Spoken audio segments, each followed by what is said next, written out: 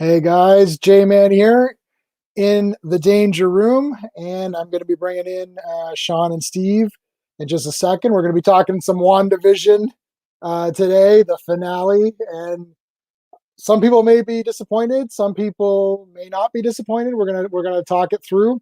So the three of us will blab on for a bit, and then I'm going to open it up to let people share their thoughts. Okay, let us bring in Steve, and let's bring in Sean. How's it going, guys? Not bad. Not bad. It's Friday, man. Friday. I had a WandaVision busy Friday. day. Yeah. I had a super busy day today at work, so I need to relax. But I'm okay to argue.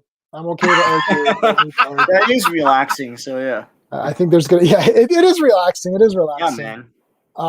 So I have decided to put my West Coast Avengers number 45 in the display because I didn't realize that's actually the first White Vision appearance. Yeah. So I had that off the shelf as a kid. The copy is brutal because I read it a bunch of times. But so I thought, oh, what the heck, I'll throw it in there, and I've got the Funko Pop White Vision on order. Two of those, of course. One to open, one to keep, and then I'm going to order a bunch more because White Vision is just the best. And I was proven correct that he is the best. After today's episode, he was the damn best in it for me. So spoiler alert, White Vision was the damn best character in the MCU. But anyway, how do you guys? Okay, so we've all seen it, I'm assuming. Yeah. Spoilers obviously are going to be in effect large because this is it, like Michael Jackson said. Jackson said, this is it. So we're gonna go through everything, and by the end of this live stream, we are gonna solve the Ship of Theseus puzzle, think puzzle. So we're gonna definitely solve that. They've been working on it for many a generation. All the great philosophers, but we're solving it today on the live stream. Okay. Let's go, Sean. What do you think about it? What did you think about the finale? I thought it's a good TV finale. I think the series as a whole, if you like Marvel stuff and like if you've grown up with Marvel stuff, I'm an old fart, so I know White Vision and I know all this other stuff Monica Rambeau, Captain Marvel, and all that. So it's cool. As a Marvel thing, it's awesome. And like White Vision, in action. Because when he was just standing there at the end of the last episode, I was like, yeah, sure, he's the White Vision, but but flying around and stuff, and with the cape and everything, wicked. It's like I never thought I'd see that like live action ever, because that was Vision in the late 80s, early 90s. I mean, that was the Vision in the video games, So yeah, all of that is cool. I think the last three, if I want to get critical, I think the last three episodes were they had trouble like juggling the balls in the air. They forgot things. They forgot elements. They abandoned things and stuff. This episode does that too. It's like the last time you see Darcy is that she crashes the the truck into that guy. And that's it. And then they make some sort of random remark like, "Oh yeah, she left or something." Like, I don't know. The one dude gets arrested. I kind of don't know why. Just because he's a bad guy. I don't know why. I forgot honestly what he's being arrested for, other than being a bad guy. He works for the government. Why would he be arrested? That Vision thing was his project, and they knew about. Maybe you guys can clear that up. I don't understand what he's being arrested for, other than being a bad guy. And why it's only him and not the other people around him. Did they know that he was doing that at Sword though? Well, there's people working in the lab. Yeah, but why wouldn't you just arrest all of them too? No, he wasn't arrested by Sword. He was arrested by the FBI. He detained Jimmy Woo. He locked him up. Right? But why is the FBI doing that? Because I don't know what his offense is. Because Jimmy Woo is like this. He obviously, and this wasn't shown, but you can assume, maybe you shouldn't assume, but I assumed that Jimmy Woo called because he saw him on the phone. He called and said, "You got to get over here. They like detained me or something." And then the FBI. But I don't. It's sort of like a neat pat, like lazy writing thing to me. That's that was my problem with it. And there's a lot of lazy writing in this as well. Like it's like the whole Vision thing. I mean, you guys can probably clear this up, but like yes, so like fake Vision says, you know what, like to White Vision, it's really hard to wipe the memory. It's in there somewhere. So he reawakens that, and then so White Vision then colors himself and becomes Vision, and his pupils become human pupils and everything. And then Vision goes back to the kids. Now I thought that was the real Vision. No, But Vision's it's white. not. It's fake Vision. So fake Vision dies when the hexagon Yeah. collapses, and then you No. never see what happened to the other Vision. So No, it's like white No. Vision is white. He didn't turn color. He's white. No. He's I thought white. he. No, I thought he's he turned white. color. No. No, he's white. Okay. White Vision is now regular but he's Vision. Vision now still. Yeah. Right, he's the proper ship of Theseus or whatever. Yeah, and Yeah. he's taken off and sort of like just we never see him again. Yeah, because it's gonna be like the comics where he's not really. That was that whole philosophical debate. Yeah, right. It's like I guess. And my problem with Wanda too is I'm getting kind of tired of this whole sort of like, yes, I get it, we're supposed to sympathize with her that like she's in grief and oh no, you know, but like she did enslave 30,000 people. That was the population they said was in Westview, and then she's all like, oops, I didn't know, even though she's told this like 8 or so times during the show, and you're supposed to, as the viewer, be like, well, I sympathize because wouldn't you? It's like, no, I wouldn't. I don't think I would.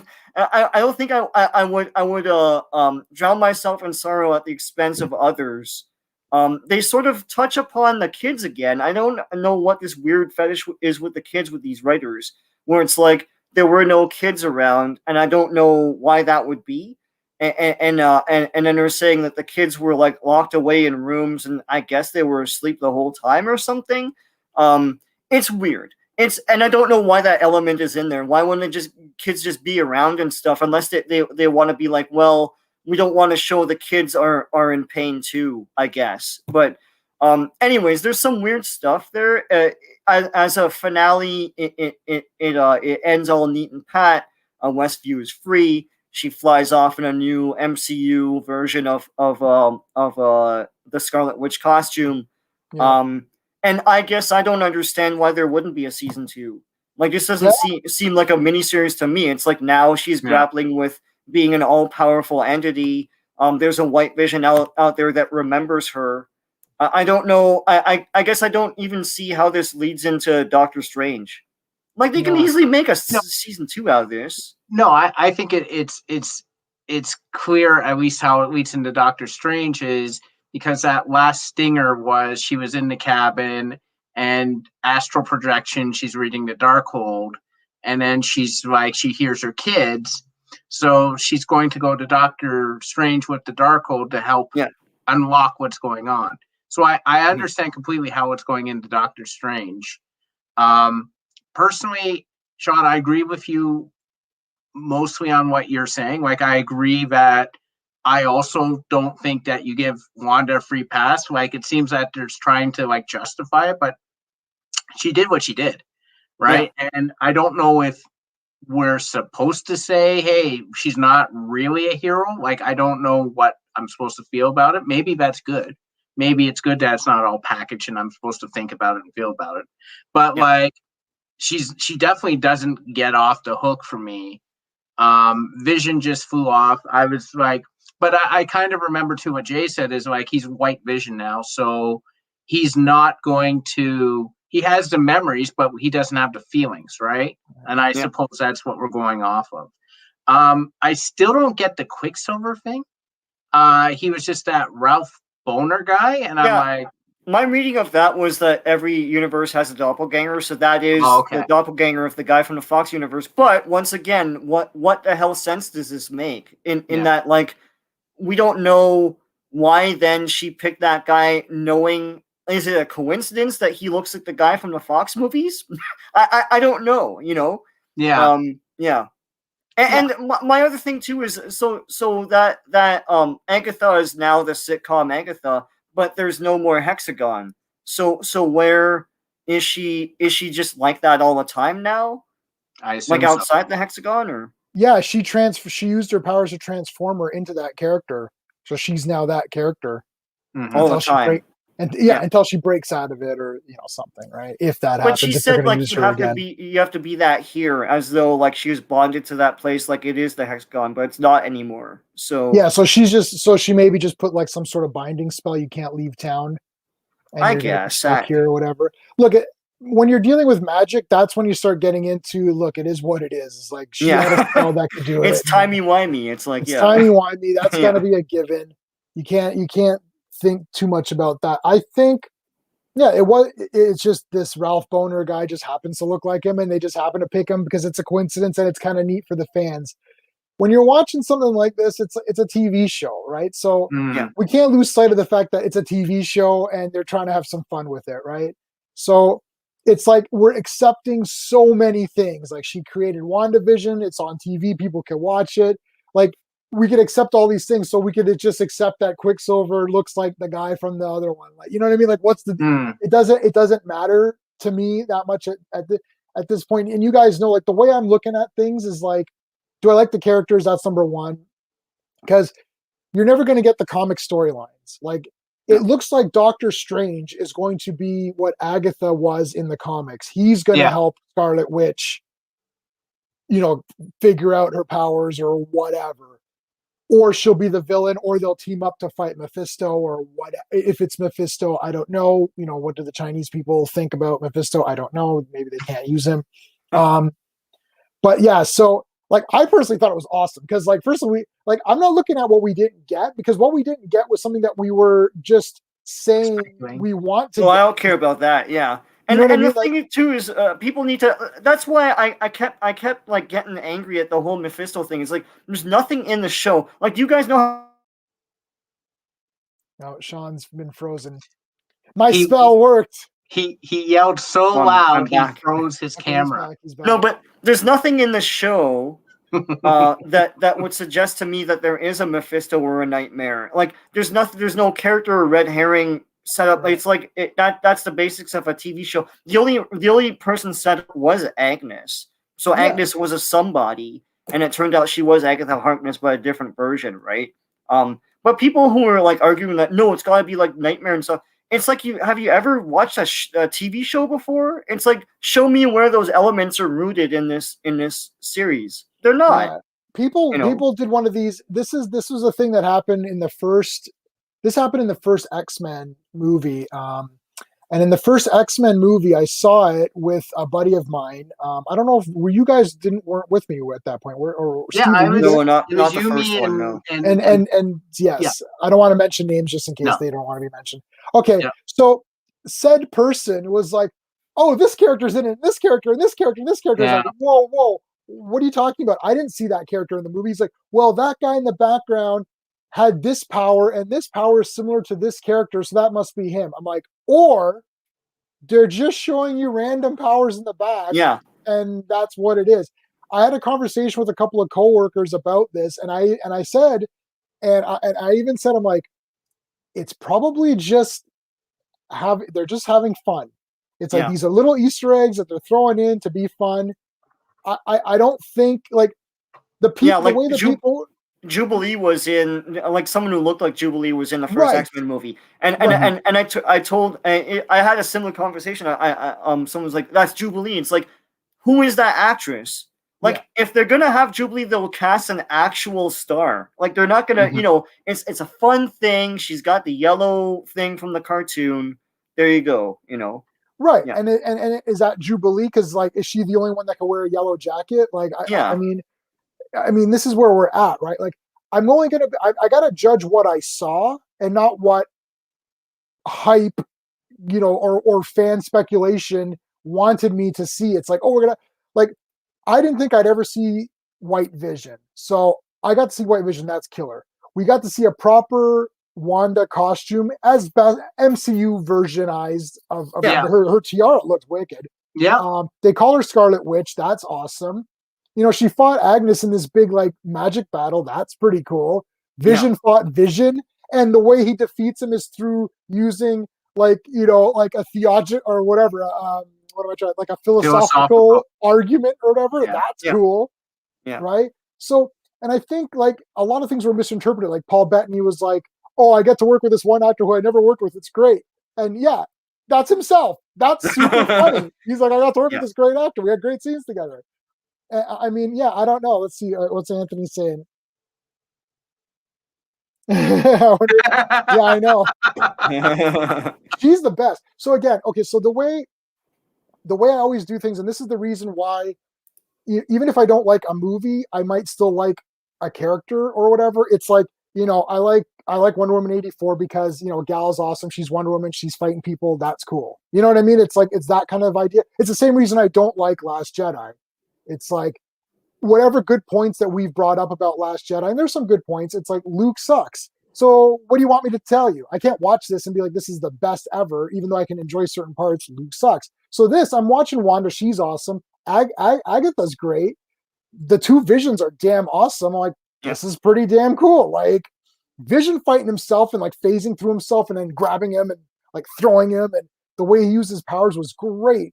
And then it's like they're so evenly matched that how are they going to really win? Like you can't defeat yourself. So you have to use this, logical question to try to like convince the guy. I'm like, this is so cool. That entire sequence of them in that room discussing and like floating around each other and discussing who's the real Vision. Like this was awesome. So I think it's pretty cool. Like, and yeah, the Quicksilver thing was weird. The only thing is Monica didn't do enough fighting, but again, this isn't WandaVision, right? Monica's just an extra character. Like but saying she showed her powers though. That was cool for the first time. Yeah, first time. Yeah. So like, it's like when I don't know if we ever get to Lois or Superman and Lois, we can talk about that. But like, it's like saying, well, I wanted to see more Superman in Superman and Lois. It's like, well, I want to see Superman all the time. I want to see 1 hour long Superman in costume all the time doing stuff. And then if I get that, my complaint will be, oh, it was only 1 hour. Yeah. So, right. So you're never like, I want to see White Vision and Vision just talking the entire episode, but like, that's not going to really realistically happen. So I'm looking at it as we got all these positive, cool things that I didn't expect to get, not, oh, I didn't get Mephisto. So people who are disappointed in this, you have a right to be disappointed because if you really built this up, but also you have to be thinking, why did you build this up? I never got this excited. And this goes back, God, when did this start? I don't know if one of you guys can remember. When did this whole thing start where we all stopped trying to pump ourselves up for this? And now, Sean, you're the spoiler master. Like you always figure out the spoilers. So if Sean didn't know that there was no Mephisto, then there ain't no Mephisto.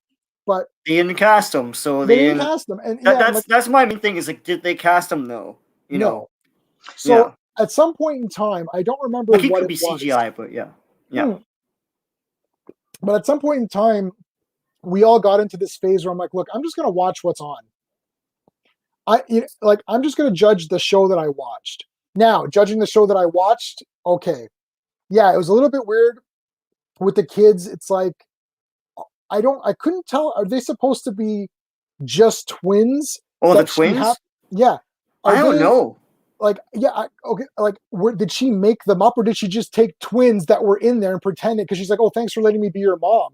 Was that to say that? Yeah, for choosing me or something like that. For choosing me, yeah. I don't know. They disappear with the house. So, I don't know. Okay, so they're a construct. So they're completely a construct. Because when she was starting to open up the cube, they started to fall apart, just like Vision did. Yeah. Yeah.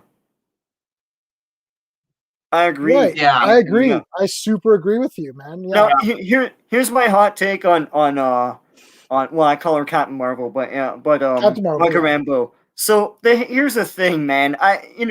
Listen, the Captain Marvel movie was cool and all as like an eye candy movie, and with some cool Marvel iconography, like done like it is in the comics, with the costumes and everything. She looks awesome.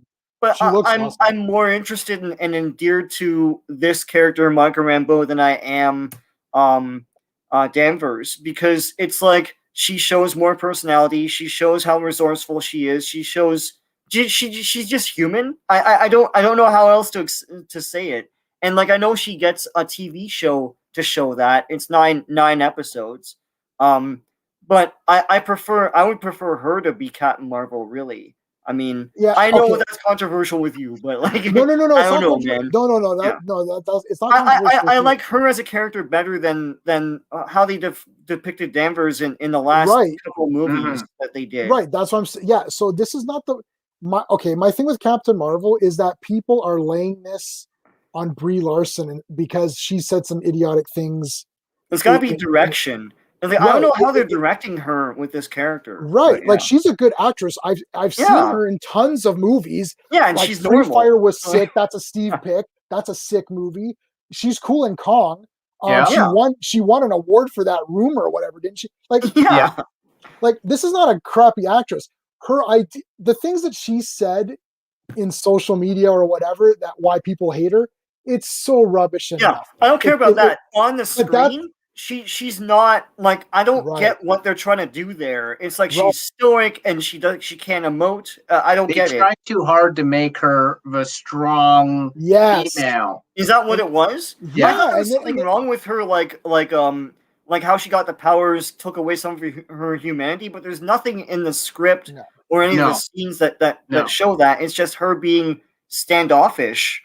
This to is where you everyone. start getting into the first glimpses of people who can't really create a character without making them physically strong and calling that strength, Yeah. which is not what strength is in Right. the way you're trying to depict it.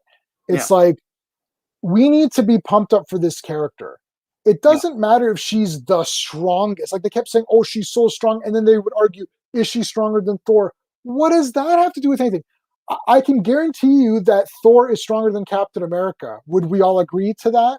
Of course. Yeah. Sure, but Captain America is the best. So what does that have to? This is the same Superman argument. Oh, Superman's too strong. It doesn't matter how strong.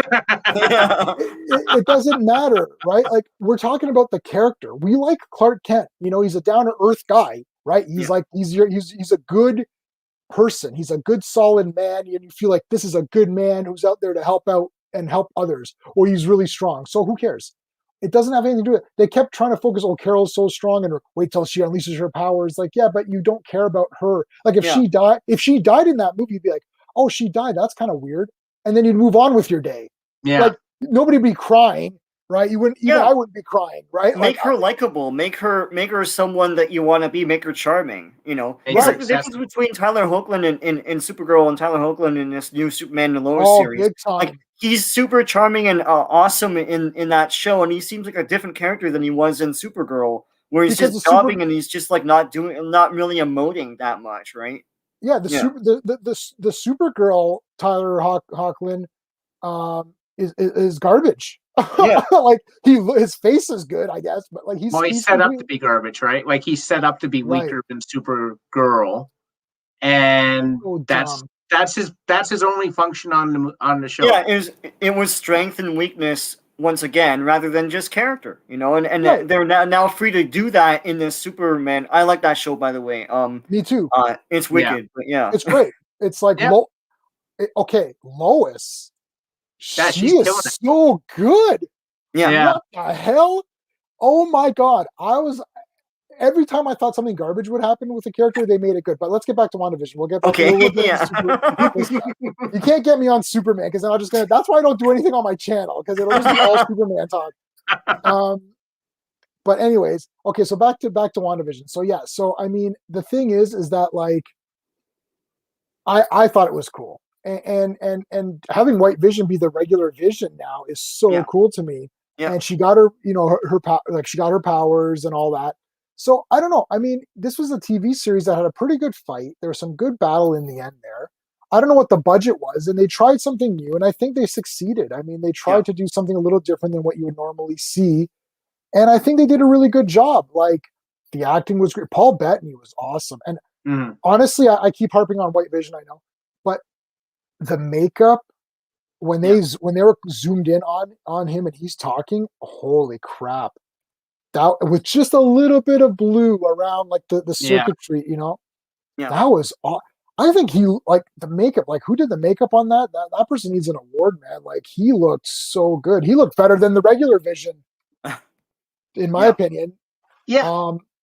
So what about the Darkhold? Now, you guys didn't watch Shield because I watched Shield and they had the Darkhold in there. I don't remember what happened in the. I just know Darkhold, like the old comic from the early '90s. It came out of the Midnight Suns. Yeah, run. I have that. And so I only know that. I didn't know that it was in. I guess it was like a season arc or something like that. With Ghost Rider and all that. I can't remember. Oh if yeah, Ghost Rider. I can't remember if Ghost Rider took it at the end or not. I think he may have taken it or something. So I don't know. So Agatha got it somehow. And it was that third Ghost Rider, right? I saw some It of was that Reyes because or whatever, because I read that comic and I liked it a lot. I know that a motorcycle guy comes back and I don't know if they confirmed if it was Danny Ketch or Johnny Blaze, but you only saw his feet. So yeah. Anyway, but the new Ghost Rider has the car. He's got a Dodge Charger, which is my favorite car. So what's the Darkhold do in that continuity in that show? I don't remember. Yeah, budget was $25 million. Wow, for the series, yeah, that's pretty good. That's pretty good. Yeah, well, they did a great job. Like the fighting. They made a 6-hour movie, basically. Yeah. Yeah, pretty much. And I thought it was cool. Like, I mean, it's also a great Marvel thing, and once again, this is something that we would never have conceived of watching, let alone like something where like because Vision and Scarlet Witch are not like Spider-Man. They're not known, and now they're known. And this show, Forbes did an article, I think 2 episodes ago, saying it was the most watched show in the world. It crashed. What they did. Disney crashed last night. Disney crashed. Oh yeah. The app crashed. Yeah, it's like it's the most watched show in the world, and it's crazy that it stars like Scarlet Witch and Vision. It's like that's nuts, and White Vision is introduced to the world. I know, and Monica Rambeau with her light powers is introduced to the world. It's nuts. This is the dream. This is the dream. And I know there's generations now growing up with this. Oh yeah, it's normal. It's Marvel movies. Like you didn't grow up with like a decade of crap, but that we loved. We watched over and over again, like the Red Brown Captain America's. I've got it on the shelf. Generation X, that TV movie, and that never came out to buy. I have that recorded on VHS. I recorded it on. Yeah, no, I recorded it too. I watched it over and over again. It's like, and I recorded. If this were a movie, it would be great. It's not, right? I recorded the David Hasselhoff, Nick Fury. The Hasselhoff, yeah, no. And I'm rewatching the Nicholas Hammond Spider-Man, which was all but forgotten by the time I was a teenager. Like I didn't even know about it until I read about it in Wizard magazine because it was a huge bomb and failure. I watched it off TV, and my friend Vic came over to watch Spider-Man. He never had Kraft dinner in his entire life, and I said, "Buddy, you've never had Kraft dinner," and my mom's like, "You've never had Kraft dinner?" We're like, "This is crazy." So we made my buddy Vic Kraft dinner, and we sat and watched Spider-Man, and we're like, this was the damn best day of our lives. We're like, it's Spider-Man in real life. And I don't care that he shot that rope. Like, I love Nicholas Hammond. But I mean, like, it's just crazy that this is happening. It's like it's a Wanda and a Vision show that's like hugely popular. And honestly, they could do a season 2. Like just the way this is, but like I guess what they're saying is, then she'll go get the help of Doctor Strange, and it'll be the movie, right? So is she going to be the villain? What do you think? I mean, I don't know. It could be.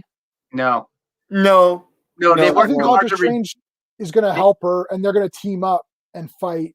She'll be tempted, and then she'll come back or whatever. The problem is that they worked too hard to like justify her unjustifiable actions, in my opinion, but they work too hard to be like, Monica's there at the end. She's like, if I had your power, I would have brought my mom back, and maybe I would have done like your mom versus 30,000 strangers. It's not the same. Well, no, but like Wanda Hulk did bring someone back, right? Yeah, Hulk was awesome.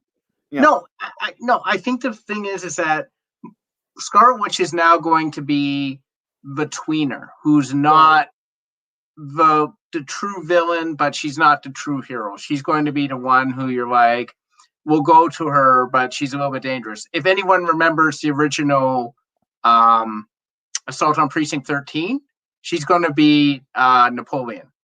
Okay, where You look like like somebody spit in your socks. yeah. So she may end up in jail, but she's going to do the right thing if you release her. But Yeah. she might end up in jail. That's the Just thing. just as a side note, because Steve mentioned it, I just ordered a personalized autograph from Austin Stoker, who plays Lieutenant Ethan Bishop in Assault on Precinct 13. Oh yeah, And wow. Ethan Bishop is like literally one of my best characters in cinema. Like he's just the best. And you know what I had him sign? You can pick what he signs, and he's gonna write, "You're pretty fancy, Jason," which is what he says.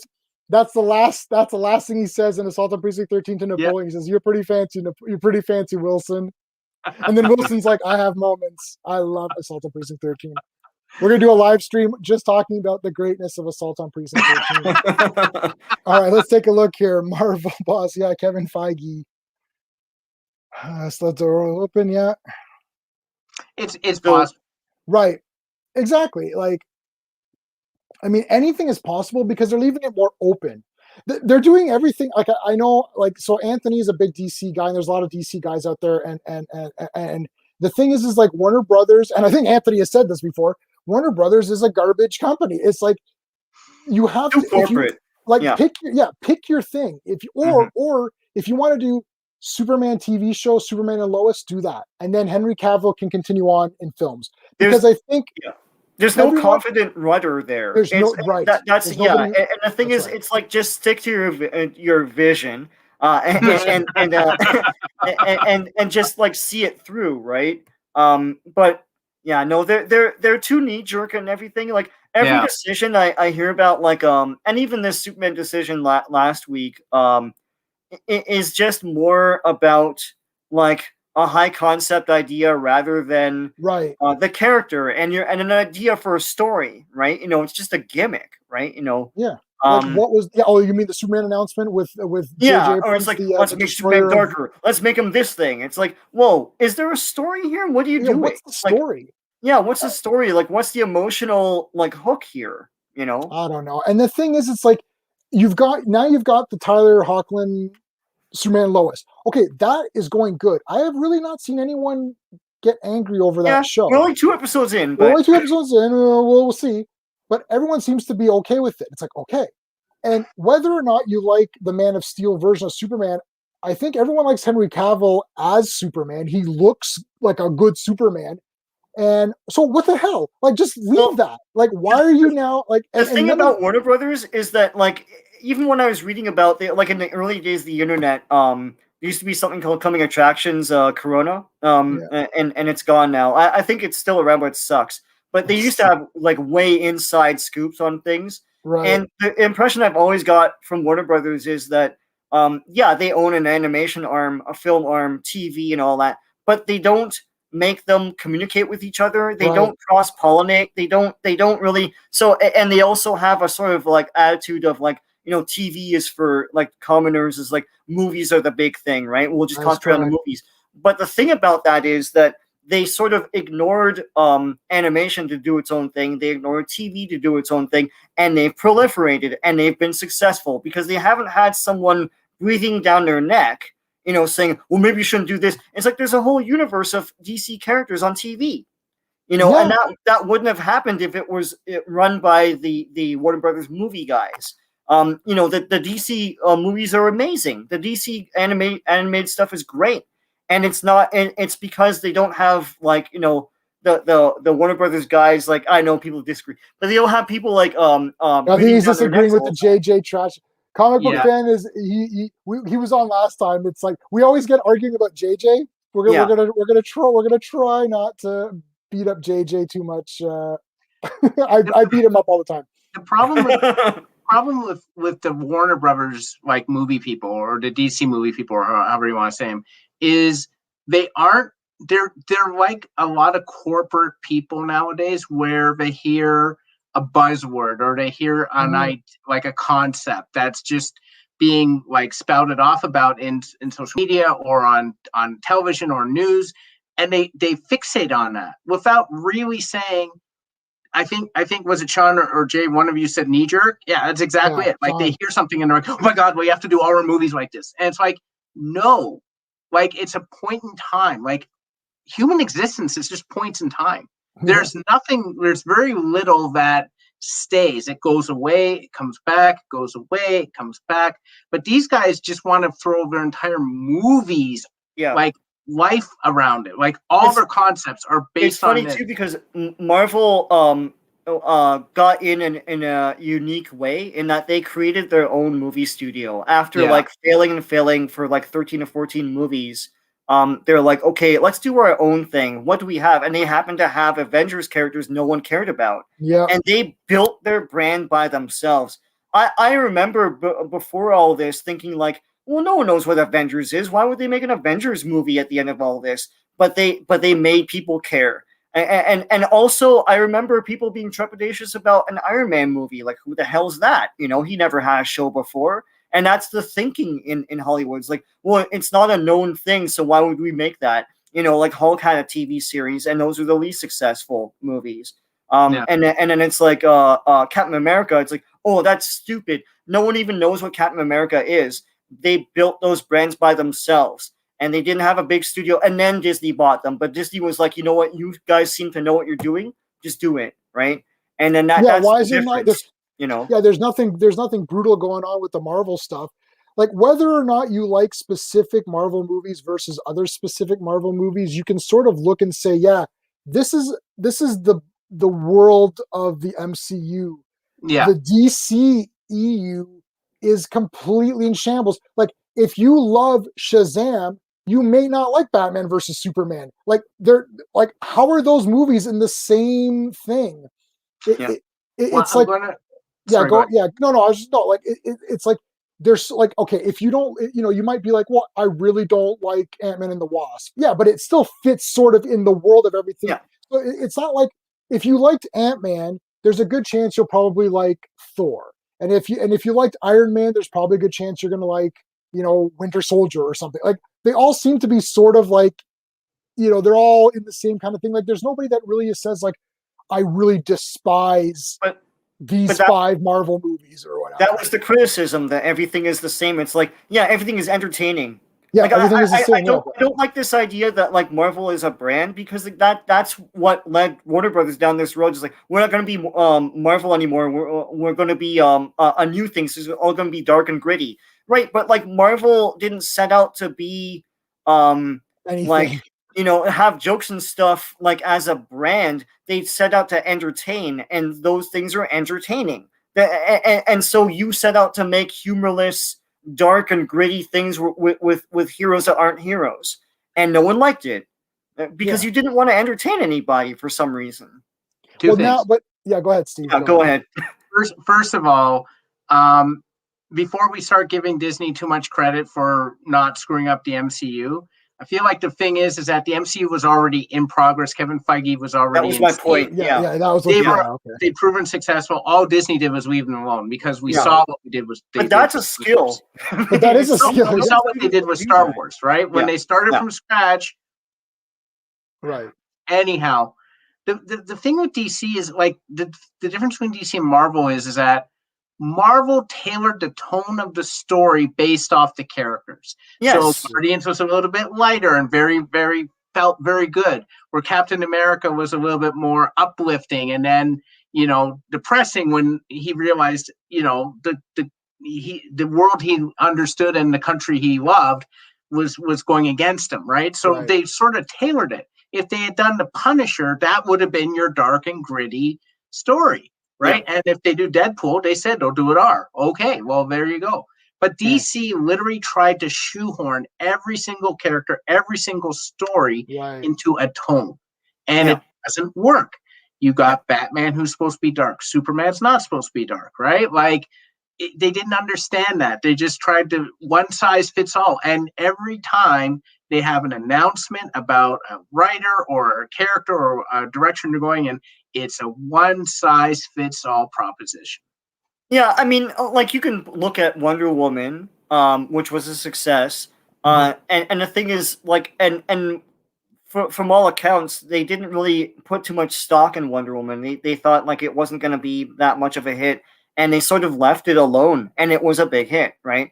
Aquaman, I don't know. I think after all the criticism, they're like, make it fun, make it lighthearted, make it Indiana Jones, but like you know, with Aquaman or whatever. And that's kind of what they did. But once again, that was a knee-jerk reaction. It's like, oh Right. god, people don't like her, you know, and then Yeah. they went back up to like, you know, happy tone with that and Shazam. Yeah, let's not pretend that they were making good decisions Yeah. on that. Whether Yeah. or not we like Aquaman and Wonder Woman or Yeah. whatever, that's still a knee jerk. They're like, oh, people didn't like Batman versus Superman. It was too dark. Okay, let's do the next one lighter. And it's like, well, no, again, you're doing it like it's like, look at the character. I think Wonder Woman worked because the character they put her in World War I instead of World War II. Okay, whatever. They did a period thing, so that's kind of cool. Like Zack Snyder, like, and his Batman, like basically all of his movies are Batman movies where other people appear in them. That's the way I'm looking at it.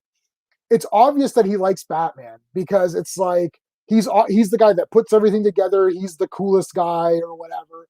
It's like Flash is garbage in that. And now we don't know because we didn't see the proper Zack. Well, we're going to see in like 2 weeks. We're going to see the Zack Snyder version. Oh yeah, it's coming. It's coming. There's Andrew. Hey, Andrew. Okay. What do we got here? Yeah. Well, or like, okay. I said this before, and Sean knows this too. DC Comics in the comics was number 2. Marvel was always number 1 in sales and all that. Yeah, I heard you say that. Yeah. Yeah. And when you're number 2, there's freedom because you just do your thing. And you don't have to answer to your shareholders. The shareholders are like, yeah, we're number 2 again. Perfect. Number 2 comic company. Yeah, woohoo. Right? As soon as you become number 1, and if you drop from number 1, then they're like, well, why weren't we number 1? What the hell happened? You know? And they get all pissed off. This is why when Image came out and they were number 2, I don't know if an Image was number 1 or number 2, but they were number 2 and they beat DC. And then it's like, holy shit, like these Image people beat us. What the hell? But if they're going to do Zack Snyder and be like, let's let Zack run this thing, here's what will happen. The fans that like that are going to like it and they'll just stick with it. And then they just have, but DC or Warner Brothers will have to they'll have to give up the fact that not everyone's going to be on board for this. Because there's a lot of people that love the Snyderverse, a lot of them. And they're hardcore dedicated fans to Snyderverse and they love it. And that's great. But it's still not popular enough to justify spending hundreds of millions because they're not making that money back. So then DC has to say, we don't care about making hundreds of millions back and being crowd pleasers and pleasing everybody.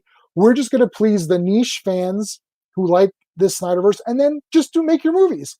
And that's fine. Budget the damn things like better. Like budget them better. Yeah. Based off Batwoman, they obviously don't like making money, so I don't see what the problem is by not making money. Batwoman is a disaster beyond all comprehension of human. Batgirl or Batwoman is really awful. Yeah. Forget about. I can't even discuss Batwoman as a property. Like, how am I going to discuss it? Like, there's no characters, nothing happens. It's just garbage, and nothing makes any sense. Not at any moment in time that you're watching that show is it making sense. Like, when we say we don't like this version or we don't like this we don't like this part of Man of Steel, but we can at least discuss Man of Steel as a movie. I can't even discuss Batwoman because it's just nothing. It's absolutely crazy. We can do an entire live stream. I've only seen the first 3 Batwomans. I can't stomach it. And guys, I can stomach a lot. Any superhero thing, Any superhero thing. Yeah. But this is so bad. But okay. I want to watch it now, man. Incomprehensible. It's so, like, she's supposed to be like the big hero, but she knows about Zaz. It's like, okay, so why didn't you report him to the police? Zaz is a super crazy psychotic killer. How do you know him? Oh, I know him from the underground ties. Well, you're not a very good superhero, are you? Because I probably would have reported him if I heard you about him. Like, what are you talking? It's just so dumb. What is this I'm hearing? People are out running the Batmobile? Yeah, the Batmobile is just a car, and she's in this van, and the Batmobile is like, he's like, drive faster. The Batmobile's almost caught up to you. It's like, what do you mean almost? The Batmobile should have went, like, remember Automan? Sean, you remember Automan? Yes, I know Automan. Yeah, it should have been like Automan. It should have been like, boom, like, right in front. You're like, okay. Yeah. And like Ryan, literally her hair and nails and makeup are bloody perfect all the time, but she's homeless. It's like, and CW Supergirl, their whole thing was Supergirl shouldn't have a skirt because it's bad for women. It's just a generic trope. Like, why do girls have to have skirts? It's like Supergirl should not have a skirt. Yet every woman that works in her office have mini skirts, tight mini skirts, and high heels, and their hair done up, and makeup and nails. Okay, ridiculous. But Supergirl can't have a skirt. Like, so Supergirl is still right. It's trash. It's like they're not even thinking. They can't even write their own garbage. I could have rewritten Batwoman and made it way better using their agenda. It's like, guys, what agenda do you want? Because I can push any agenda, but you still need to have a storyline as to why this is happening. They didn't hire her. They didn't hire her because she was in a prison. So she's at a job interview, and the guy's got her resume, and he's like, "Well, I see here that you were in prison." And she's like, "Oh yes, I was framed or whatever." Except you knew your friends were doing the illegal activities, and you didn't report them, and you drove the car, so you are an accessory. And you know Zaz, and you know other criminals. You know that woman who kidnaps children and he holds them hostage. You didn't report her, but anyways. And then he's like, "Yo, we can't hire you." And it's supposed to be this big sad story. When he got her resume and saw that she was a criminal, why'd he even call her in for an interview? Yeah. They can't even write their own thing. Yeah. It's dumb, man. Like it's so ridiculous. Like I lasted half of the first episode, and like Luke Fox and the stepsister, I always forget her name, Mary. They walk up to her and she just starts spitting out statistics at them, and I'm sitting there thinking, I don't know any person in my life. I don't even think a statistician would do this, where you walk up to them and they just start spitting statistics about things. I know, it's so awful. And I'm like, what is this? Like, I've never, like, and this is the person I'm cheering for. They should be working for like baseball in the like freaking stats office. Like, I don't get it. Have a high school setting, that would have been fine. Like, the problem is that Supergirl would have been fine if they had just humanized Supergirl a bit, right? Because I don't know what they're doing. Like, they're trying to make her like female Clark Kent. Just make her own character. Like, I don't understand what they're doing with that. And Lena Luthor is insufferable. She's always pissed off that Supergirl, you didn't reveal your secret identity to, or your secret to me. I'm like, why does Supergirl have to tell you? Well, we're friends. Right. Yeah. Did you reveal right off did you reveal all your stuff right off the bat? Wasn't she stockpiling kryptonite? Did you reveal that right off the bat? I don't think she did. Exactly. Like, it's so ridiculous. Like, I've known you guys for 20 years and I still have things I haven't told you. So what are you gonna do? Like, FYI, I have superpowers. Oh, okay. Like, Lena literally cries all the time. Oh, I'm this rich, super hot girl, and I just can't take this world. Supergirl lied to me. It's like, you're a brilliant scientist who's super rich and hot, very attractive. It's like, oh, what problem? Please tell me about your problems. Isn't that the problem with Supergirl writing? In that, like, characters tend to obsess on something for the entire season, and it makes them look sort of psychotic. Yes. It's like characters obsessing over relationships, and which is against the female cause. It's like, why would you do that? What's that? There's I don't remember the test. The test.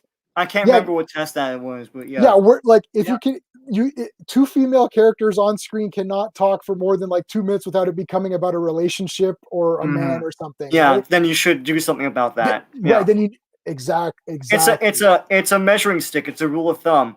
It's a rule of thumb. Supergirl like treads over it all the time, but Supergirl. Yeah. Let's see. The new action Batwoman is good. Right. The script is trash. Yeah. I got nothing against that actress. No. Like, not at all. And she could probably be good, but that entire show, when you have one central character and every single character is connected to that character and that central character is removed, it's over. This isn't like Frasier or Cheers, oh, Norm's not back anymore. Okay, we have another guy. Like where there's like 5 or 6 characters independent of each other, Friends with 6 characters. If one character left, it wouldn't be the same, but you could maybe replace them. This was like everyone revolves around Kate Kane, and now Kate Kane is gone. So Mary's useless. The father's useless. The sister Alice is useless, right? It's like Sophie's useless. Sophie is useless, right? She was her girlfriend. She's gone. Pennyworth, what's her face? Jenny is useless because she was supposed to be the, ooh, are you dating her or do you like her? Yeah. It's like, oh, okay. I don't know. It's really just bad. make a Batman show. Batman has a family and he lives in the farmhouse. There you go. Call it the Batman family. Yeah. Yeah, that's fair. I mean, it's the Ricky Gervais speech at Golden Globes where he went off on the A list and he said, "You guys have no touch with reality. You have no touch with the common person, what they want. Most of you didn't even go to school, like a normal school." Like he said that, and they were all like, you had the, "Oh, I want to laugh, but I can't laugh," and then the, "Oh my God, I don't realize he said that" laugh. But it was all true, guys. Like these folks who are writing this stuff and are presenting like, "Oh, these hot girls are arguing. Who cares?" Exactly. Like I don't care. Like that's the thing. Like it's Hollywood problems on screen, and I'm like, I don't care. Like I'm not a Hollywood person. I'm thinking about paying my mortgage, which you probably don't have to do. So whatever. Yeah, but Supergirl lied to me. Supergirl lied to me. Yeah, Supergirl lied to me. I'm like, she only saved my life 1,000 times. Yeah. So can you give her a pass? No, I can't. I can't give her a pass. She lied to me. It's like it's so stupid. I'll destroy her now because she didn't admit she was Supergirl to me. What kind of psychotic? That reminds me. I finished watching The Strain. Mm-hmm. That show jumped the shark big time. End of season 3. The kid sitting there. He's got the nuclear weapon. He sees his father kill his mother, who has become a vampire. She's literally got stuff coming out of her mouth. He's like, "I hate you, Dad." Click. Why did you just unleash a nuclear weapon on New York because you were mad at your dad? That literally makes no sense. That kid I didn't watch all. Murdered. I watched the first couple seasons and then I kind of gave up. I like the luchador guy though; he was cool, but he wasn't. He wasn't cool. He didn't wear a luchador outfit or anything. Okay, so Scarlet Witch's costume. What do we think about Scarlet Witch's costume? I'm glad she has one finally. Is it enough? There should have been a cape instead of the skirt. What do you think? I guess the thing on her head is like. Yeah, she did have a cape though, didn't she? No, I thought she had a cape. No, or it's a hoodie. It's like no. Well, she has like a skirt thing. Let me see if I can find her. I thought it was like her jacket became her cape. I thought sort of something because it was the most iconic thing about that costume in the comics or in anything is going to be that crown, and it seems like that just appears as energy when she does something. No. She has a proper crown after. Yeah. Did she? I thought she didn't, and she pulled a hoodie over her head, and then she flew off. No, wait, no, but she had a crown. Let me get my screen going here. Yeah. At the end of the show, she does. Yeah, for sure. For sure, it's like a leather, dark red crown. There it is. I'm trying to see if there's a better photo of it, but it's kind of that. She actually had it. It was like dark. Yeah, she actually had the crown. Oh, here you go. See, she does have it. It's like a legit crown. Okay. Yeah. So it's a legit crown. She looked awesome. This visual here, but she has no cape. It's a skirt. Yeah. See, it's like a skirt. Can you click on that? I just want to see. I can't. It won't. No, that's cool. It does. Is it not attached to her like neck? No, it's not. No, you would see it around the outline of her hips and stuff. Oh, okay. And it's not there, so it's just a skirt. Yeah, it still looks cool. Like it's better than nothing. It's better than what it was, and as long as she has the crown, that's kind of good enough. Like that's sort of good enough or whatever. All right. Let's see. They actually No. Sorry, I just read the news about Superman, Supergirl. Okay, what news? Did you hear Superman show is taking a hiatus and Supergirl is taking its spot on Tuesday. Oh, okay. I'm like behind on the comments here. Let me get back to where we are here. Oh, from So- Andrew. Okay, so just here, Superman's taking a hiatus, Supergirl's taking a spot. So Oh yeah, well, but they filmed a certain amount of episodes, and Superman's back for season 2. So Yeah, that's weird. Yeah. wow, Cool. I just won't be watching during that time because I don't watch Supergirl. yeah, I watched Supergirl. I'm still watching Supergirl. The thing is, I still like Supergirl herself, even though I like Melissa Benoist. I like her as Supergirl. She looks cool. Yeah. Not with the pants or whatever. When But the like, show ends, I'm gonna buy the entire thing. I've been buying them. Because it's I mean it's a cool superhero thing. I just from the very beginning I've never really liked the writing on that show. I think it's weird and it's sort of like there's a sort of like anti-moral slant to it that I've never really liked. That I think the jump the shark moment for me when I said, you know what, I like that they have all the characters and stuff, but they're telling weird stories with them is when she kills Red Tornado. It's cool that Red Tornado was in it, but it's just this weird story arc in that episode where like she's angry and she's trying to vent and she can't because she's Supergirl and she would like destroy things, and then this robot that comes on the scene. Then she at the end there's a countdown to him becoming sentient, which I guess is bad. I don't know. It's not, but and they're fighting, and then she's trying to kill it, and then her buddy's like and now Red Tornado is sentient, and like it's like, oh god, we gotta do something about this. So then she unleashes her eye lasers on it and kills it, and then that's how she vents her anger. But I was like, do you guys know what sentience means? Because you just killed a living thing that understands itself and can laugh and think and reason. I don't. What the hell is this show? And then I stopped watching it, man. Jump the Shark. That was like season 1. I know. Well, Jump the Shark for me, season 1, man. Wow. It's always been strange and sociopathic in a sort of undercurrent way. I don't know. That's my take on it. What the hell was that episode? That was weird. I do like Red Tornado a lot. He's awesome. Yeah. He's like Vision. He's basically DC. Yeah, he's Vision, but DC. I have the superpowers of him. Yeah. Okay. Yeah, Evan Peters. So yeah, he was just it was just done as a neat little nod to the fans. That's all. I think I think they're going to do like I think a lot of people were really pumped up and they pumped themselves up, and the three of us here on this panel, we're old school guys. Like we know, listen, until I see it on screen. Yeah. And I go, and this is what happens when I go on other people's live streams. I was on ETAP and I was on Truth and everything.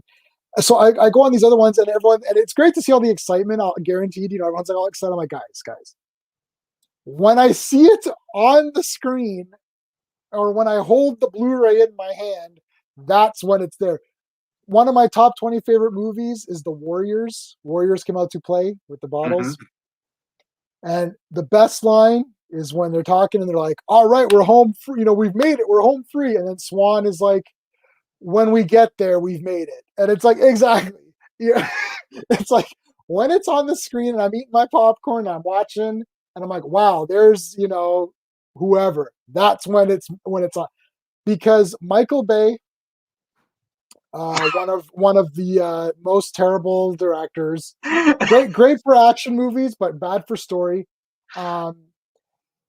When he came out and said Optimus Prime does not have lips, do you guys remember this? Yeah. We saw Optimus Prime, and Optimus Prime has this. Like when he talks in the cartoons, he's got the face shield. Yeah, it's a face shield, and he doesn't have a mouth. And they gave him these weird lips, and we're like, this looks really stupid. And then everyone on the internet's like, oh, this is so stupid. Tweet, whatever. Or I don't know if Twitter was even out there, but whatever. People are like bitching about it. And then Michael Bay's like, no, don't worry, guys. He doesn't have lips. I'm like, but he does have lips. You spent millions of dollars on CGI effects to give him a mouth. It's like, that's in there. Like, what are you talking about? That whole series is a lie. Every single, it's like it's like Devastator's in it. It's like, well, I mean, something like Devastator's in it, but Devastator isn't in it. It's like, oh, the Dinobots are in this. Yeah, in the last 5 minutes of the movie, and they don't even speak. It's like, what is this? Who has balls in that? Who had balls again? It was Devastator. Devastator. Yeah. Devastator had balls. Yeah. Well, that was the fake Devastator. Oh, In the second movie. Yeah, but was that? I know they said Devastator, but didn't they have another Devastator later? No, there was a tank called Devastator in the first movie. Because he just picked names and they're like, this is Devastator. It's like they didn't know anything about Transformers, man. It's awful. All right, so we're okay. So yeah, the show's connected to the stuff. Seen the post credit scene. I mean, yeah, well, obviously that was Captain Marvel 2. Yes, yeah, that was the Skrulls and all that. For sure, that was a big setup. the other one. Yeah. Wanda reading, yeah. Yeah, that's your Doctor Strange setup. Yep, that's your Doctor Strange setup right there. Yeah, so that was the Darkhold, right? Yeah, that Darkhold, and that's connected a lot with the Doctor Strange. Makes sense if the second movie is the Darkhold, because Darkhold is big in the comics for these, the supernatural stuff. They actually released series on the Darkhold. I collected them digitally, so. Oh, nice. Yeah, I love that whole Darkhold stuff. I don't know why. I just find it really interesting. So, yeah, I was kind of pumped up to see the Darkhold. I didn't know it was in Agents of S.H.I.E.L.D. because I haven't seen that season yet. But I was really excited to see the Darkhold because I just love it conceptually. So, all right, I threw a link in there if anybody wants to join in. We can get 3 people. What about Spider-Man 3? Spider-Man 3 is turning out to be the biggest hoax I've ever heard of in movies right now. The thing about Spider-Man 3 is it's so sorry, I'll say this and I have to leave actually, but it's Sony, so their ad campaigns are different than Marvel in that they show you everything. So before that movie comes out, you're gonna know everything about it. Don't worry. Oh yeah. All right, Sean. All right. See you guys later. If we're still on, you can pop back in. All right. Okay. Adios. Take care, Sean. Phase in Sean out. Let's phase in Anthony. What's going on, man? What's up, everybody? How's everybody going? Good. How are you, Anthony? I'm doing fine. Good. So did you like WandaVision? You liked it, right? The ending was great. I mean, I get this. I mean, even the director did an interview on Tuesday. I think it was Tuesday or Wednesday. He said a lot of people is going to be disappointed because of the fan theories they see online. That's the reason why you don't believe stuff on the internet. And not get why people get let down. I'll just say this. I'll just say one thing. I'll just say I was hoping a lot of things. Now, granted, some of it did happen, some of it did not, and some of it just pissed me the fuck off. I mean, I'm sorry, but I'm just like, oh, come on. I mean, the whole Quicksilver part, I'm like, really? I get it why they use Quicksilver, because let's keep in mind, Disney bought Fox. And Fox and Disney have a lot of contracts that they have to pay for those actors. So they have to use those actors' contracts unless those contracts expire from those. Yeah, or they have to pay loyalty, or they have to pay a loyalty thing. Where they had to consistently pay them because of their loyalty contract, whatever the fuck. I mean, to me, I was like thinking, oh, this is going to connect to the multiverse and this and this. It's all setting up. The pieces all there. It's all no. Of course, like that. Kevin Feige is the biggest troll on the factor of making us think one thing and he does the other. Well, everybody knew he was rough. I knew he was rough for the when we fought. Why did Marvel troll easily? Why did they do this to us? No, but no. Y'all fans did it. Y'all self did it, bro. You did it to yourself. Never came out and said that was. That's right. Fox. Listen, did they not learn from Iron Man 3 with the Mandarin? The Mandarin that was the different. That's a whole different shit. That's a whole different subject. No, but no. Anthony said it when he popped in. He's like, guys. It's like, remember the golden rule: don't believe shit on the internet. Yes, and y'all believe everything on the internet. Here's the thing, guys. Can I say this one thing? If you remember at the Investor Day, Kevin Feige said himself that this show was supposed to tie in Doctor Strange and Spider-Man. Have you seen the one holding the book? That's the Doctor Strange. The book. What about Spider-Man? Nothing for that. We don't know what is Spider-Man about. We haven't seen a trailer yet. We probably get a trailer into maybe late August or June, whatever. We don't know nothing about like this year. I'm like, I was really disappointed in the finale. Going to start. Okay. Comic-Con is coming. Marvel's not doing I can understand that. I was a little bit, but I did like the. I did. Comic-Con supposedly come out this year, so I think we're going to get somewhat of a trailer, something this year. They were here on the last Comic-Con. It'll all be virtual though, right? When you guys virtual. I don't think Sony will want to, because Sony's who's the one who control the Spider-Man movie stuff, the titles, the where they post trailers. Marvel doesn't, so they're the one who decide where to put the trailers at. So, yeah, it's all going to be virtual, right? Yeah. Like, so I mean, we're definitely going to get something, obviously, and I think, like, see, I'm always looking at, and I don't know which of you guys know this or not, or whatever. I know Steve knows, but like, I always look at what I got and not what I thought I might get or what, you know what I mean? Like, I'm just reviewing. That's why sometimes even when I agree or disagree with others, and if I like something or if I don't like something, like people will be like, oh, I didn't like this because of that or this, or I liked it because of that. But I'm reviewing just the package. It's like, even with something like what the High Republic with the Star Wars comics. I don't know if you guys, there's been some controversy with like the creator. Yeah, I've read that. That's crazy. I don't know why that's a big controversial. I mean, like, it's stuff. Right. It's like, I mean, I feel like a lot of people are just thinking too much because they hate Kathleen Kennedy so much. I mean, like, I hate her too, but like, come on, you don't have to do that. Like, exactly, right? Yeah. Exactly. Like, it's like, I don't like Kathleen Kennedy either, but I'm not going to automatically take a shit on anything that comes out of Star Wars just to take the shit on it. Like, I'm going to watch it and be like, okay, let's see if this was any good. And that's how I review everything. It's like, I'm looking at WandaVision. I'm like, okay, this was entertaining. I liked it. There's some problems, but it's a TV show. Everything's going to have some kind of problems. And you might be disappointed a bit because you want to see some more. But as I said, if Superman was in every scene of Superman and Lois and flew around, fought guys the entire 1 hour, I would be like, well, I want another hour. So you're never gonna, you know what I mean? Like, I'm always gonna be like, I want more of the action or the characters. Like, I want more Vision versus Vision, right? So it's like, you're never gonna satisfy me that way in that sense. So that's why I'm like, look, I got to see White Vision, which is a childhood favorite of mine. I have all the comics from when I was a kid, and you and me, brother. You and me, brother. I know how you feel. I mean, like, I have their wedding. I have their marriage. Yeah, in mint condition. I mean, I don't know if you follow me. Oh wow, that's giant size Avengers. I'll send you a picture. It's mint condition. I'm not taking that shit out because it is thick, and I'm like, oh dear God, I want this. I want this to be mint condition as possible because it's going to worth a lot of money in the end. Because I mean, the way this show brought this family, and a lot of people are saying this is the family of the MCU, and because they had that Incredibles moment, and I'm like, I saw what you did. Yeah, that was cool.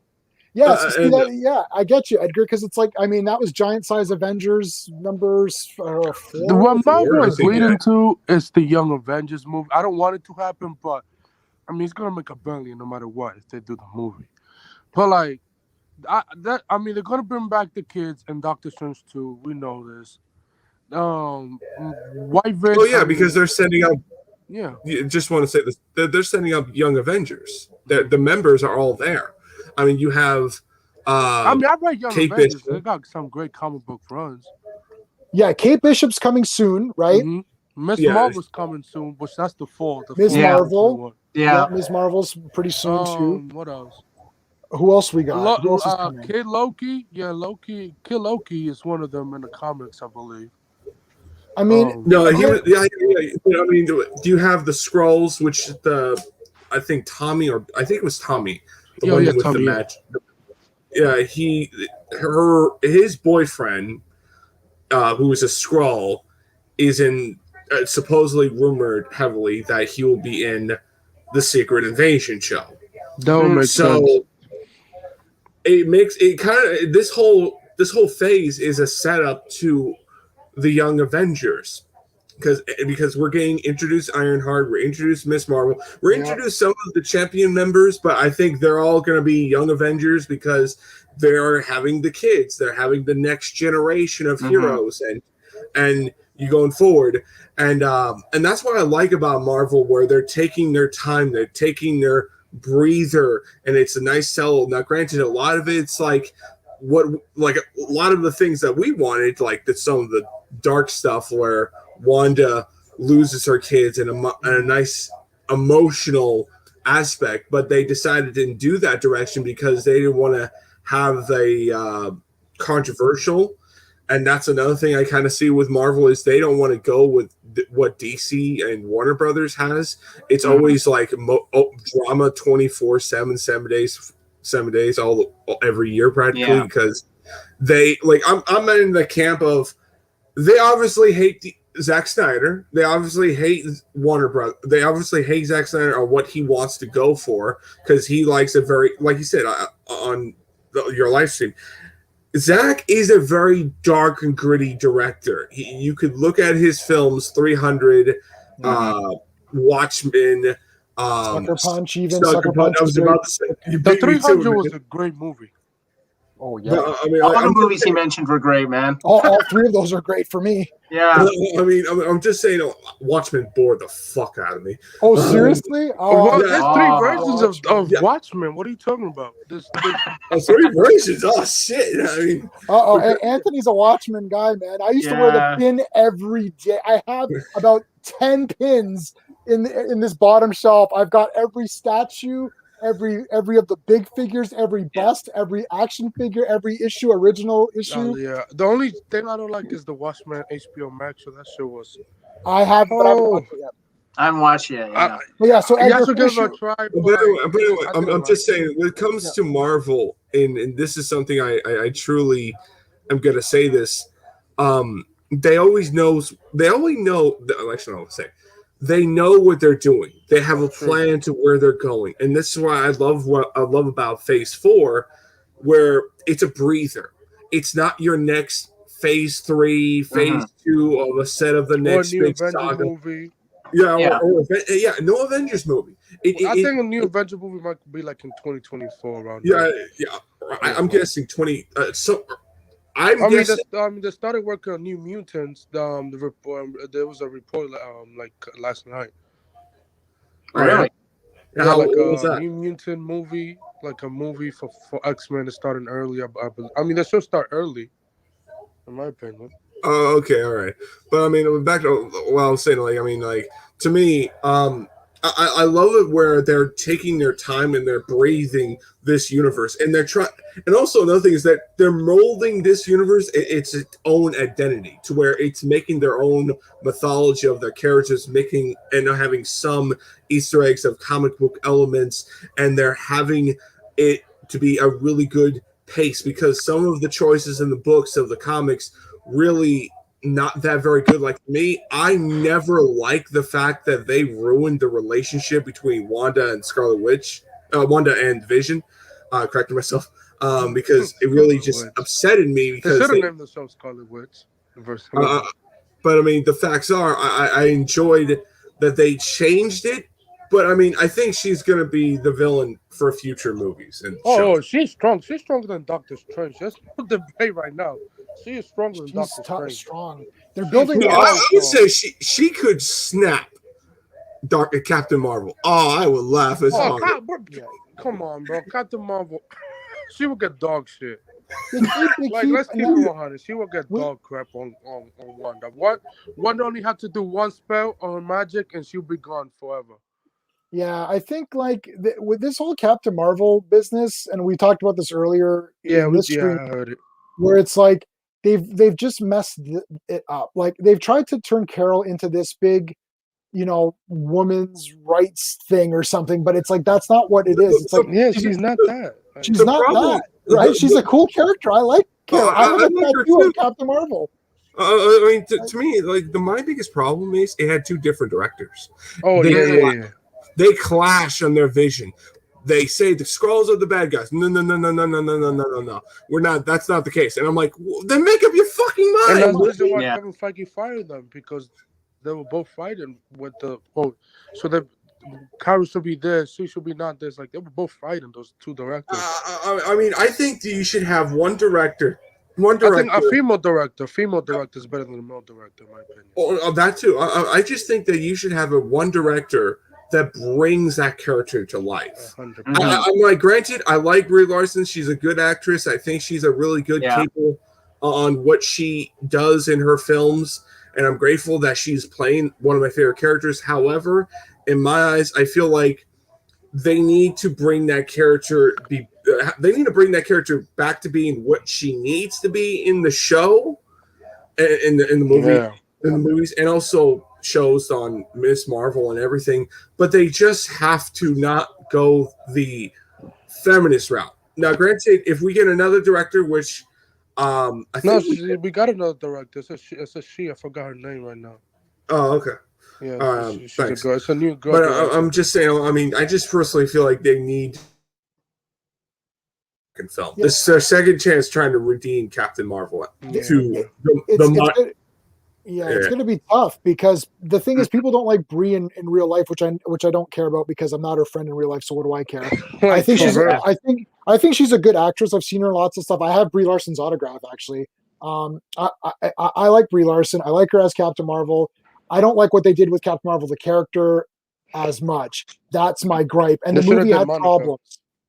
Monica would have been better to start with anyways. Yeah, like, then you could introduce in the second sequel, you could have used Danvers. Like, come on. Well, I think the reason why they chose Carol as Captain Marvel is just the current comics, just like what they're doing. Yeah, and I'm okay with that, except here's the one snag.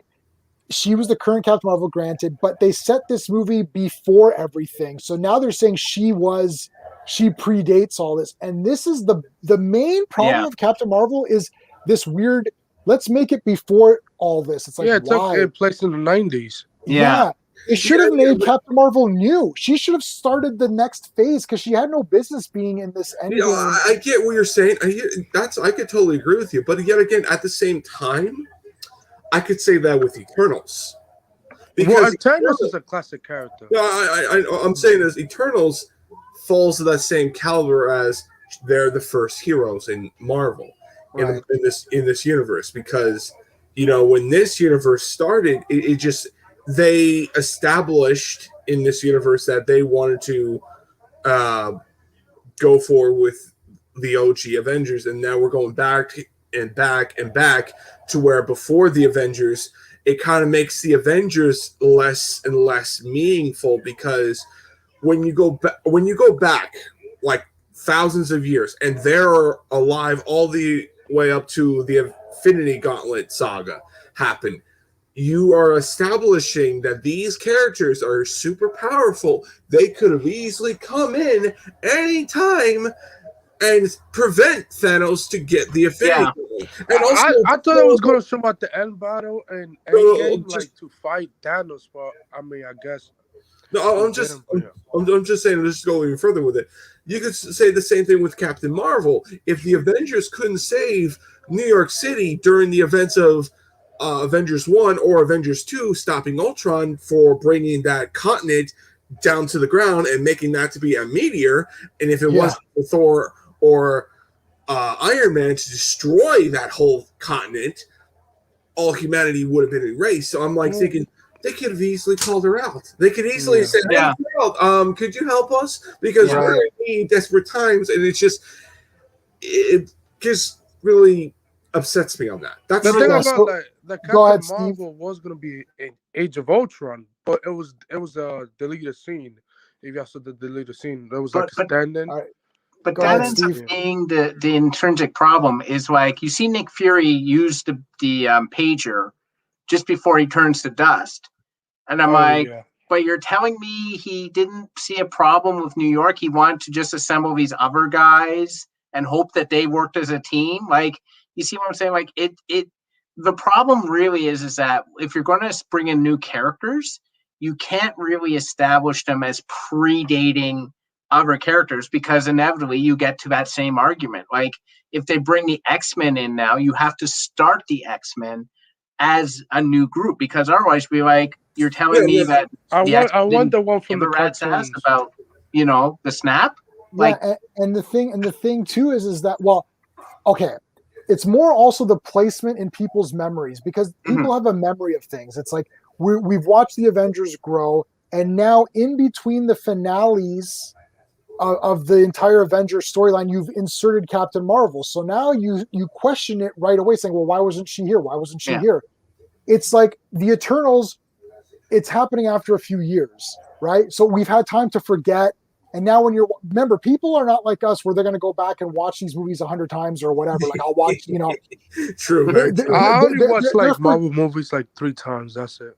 Okay, so that's 3 times. I'm one of the exceptions. I watch them a lot of times if we're marathoning and analyzing like what's going to be the big thing. I mean, I do love their concept. It's like a show. You bring in every single storyline. You bring in everything, but it's just like every show. If it's a long running show and you're establishing other things, other characters into the universe for the events of the current events, and they are alive all the way up to that point, it kind of begs you that question: where were they? Like, for example, Ahsoka Tano. My biggest problem on her is if she was here during the events of the original trilogy, what she was, she could have helped Luke Skywalker. And that's another thing too. I call bullshit. I'm like, okay, this really doesn't make any sense. How could she be in this world and she has not heard a man who is a Jedi who fights the Empire and destroyed the Death Star, and then after that fought Vader multiple times? No, that makes no sense. Same thing with Captain Marvel. I'm sorry. At that point. Go on. I'm done. It's the same thing. Go on. What anyone? I definitely.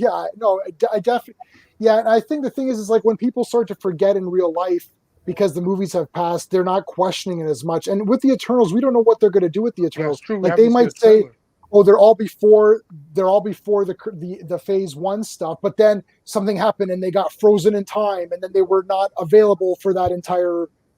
Anything can happen, right? Like I can see your point on that, but I mean, like for me, I'm just like it does give you that cheap, like it's very cheap to an extent. I mean, like it's like she like I feel like Captain Marvel. I mean, I agree with you. She should have been a new character showing up. Like she probably worked for Shield, and then she hooked up with Marvel. Marvel felt sorry for her and pretty much gave blood to her, or just go forward her new origin to where, oh wait, her mother was a Creed, and you go forward with that cred. She's half Creed, half human, and you go forward with that direction. It's just that's the problem I feel like that the MCU or just certain franchise has, the ability of storytelling, of telling a character, and you're pretty much introducing a character that's before certain characters. You tend to have that the hardcore fans point that out. I mean, like that's how I feel. And I wonder how they're gonna do X-Men. Like which version of X-Men you're gonna use? Are you gonna use the one from the comics, early comics, or the one from the cartoons? It's going to be even the Fantastic Four. They're going to do the Fantastic Four, right? Yeah. It has to take place after Infinity War, because if the Fantastic Four were just rolling around, I think they're easy. I think they're easy to do. They're like Spider-Man. They could easily you could have it where they were in a what was that one not alternate universe. Was that the quantum realm? The quantum realm. Yes. And there was stuff there, and then after that they get out of there. But during the events of the Quantum Realm Ant-Man film, they can easily do it. That's much more easier because unlike X-Men or Eternals or Captain Marvel, when you introduce characters like Spider-Man and Fantastic Four, they're very easy to go for because it's a very loophole to go and do.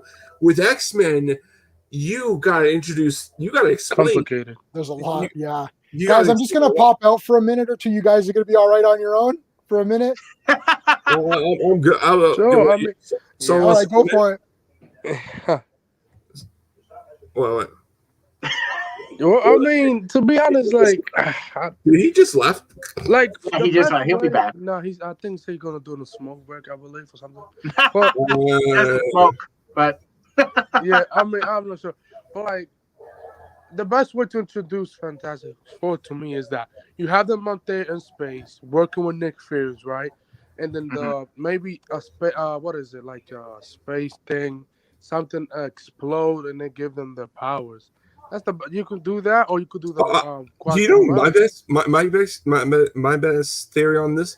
However, it's just the Fantastic Four get their powers from Galactus. Like how they're around during where he's eating a planet or something, to where he's the cause of their powers. Kind of like with Quicksilver and Scarlet Witch, but yet again with them is you don't know how their powers activated. Maybe you could go on that theory of, oh, it was the stones that made their powers, all that, this and that. I'm like, yeah, I could see that, but I mean, for me, as a fan of like X-Men and all that stuff, I just feel like it's going to be very hard because people like me are going to be like, you're telling me this entire time they were here during all the events of the Infinity War saga, and Magneto and Professor X just sat their asses down, just sit there and watch. Oh dear God! I mean that just, it really just bothers me. I mean, that's stuff that really just seems like so out of character.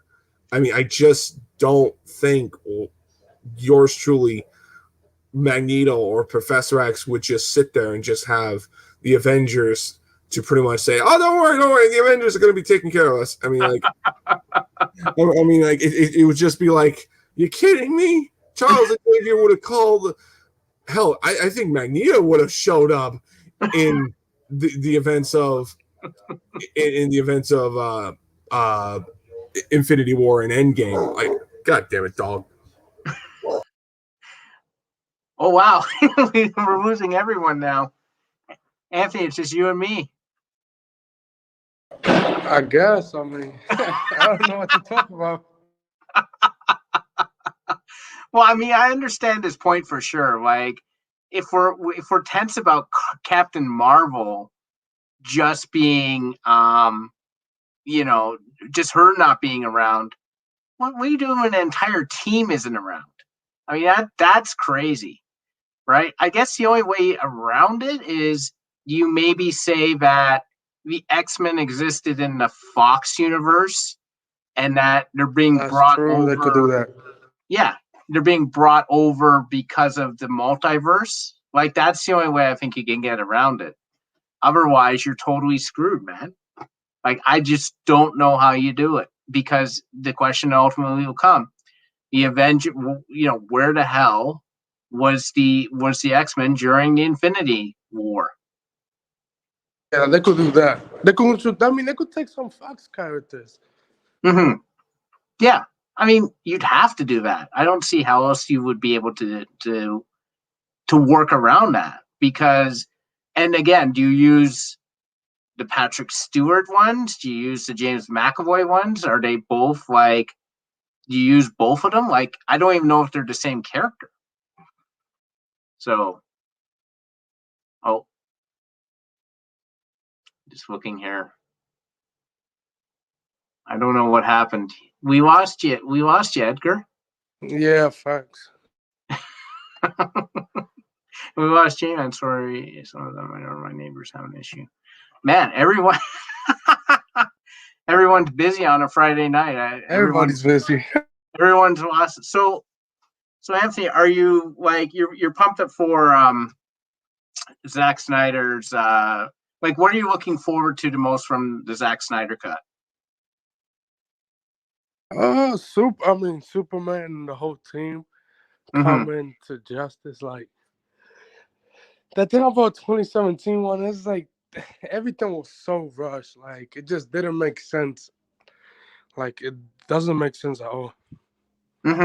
No, it was Everything in the 17 one doesn't make sense at all.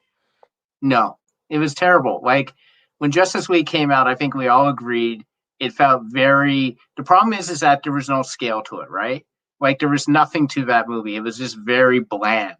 It was just like, here's the villain, terrible CGI. Here's the team. They'll figure it out and they'll fight him, and that's it. Everyone left when you left, eh? Anthony was the only one who stuck it out. I think comic book is still here. Yeah. Oh, comic books are out.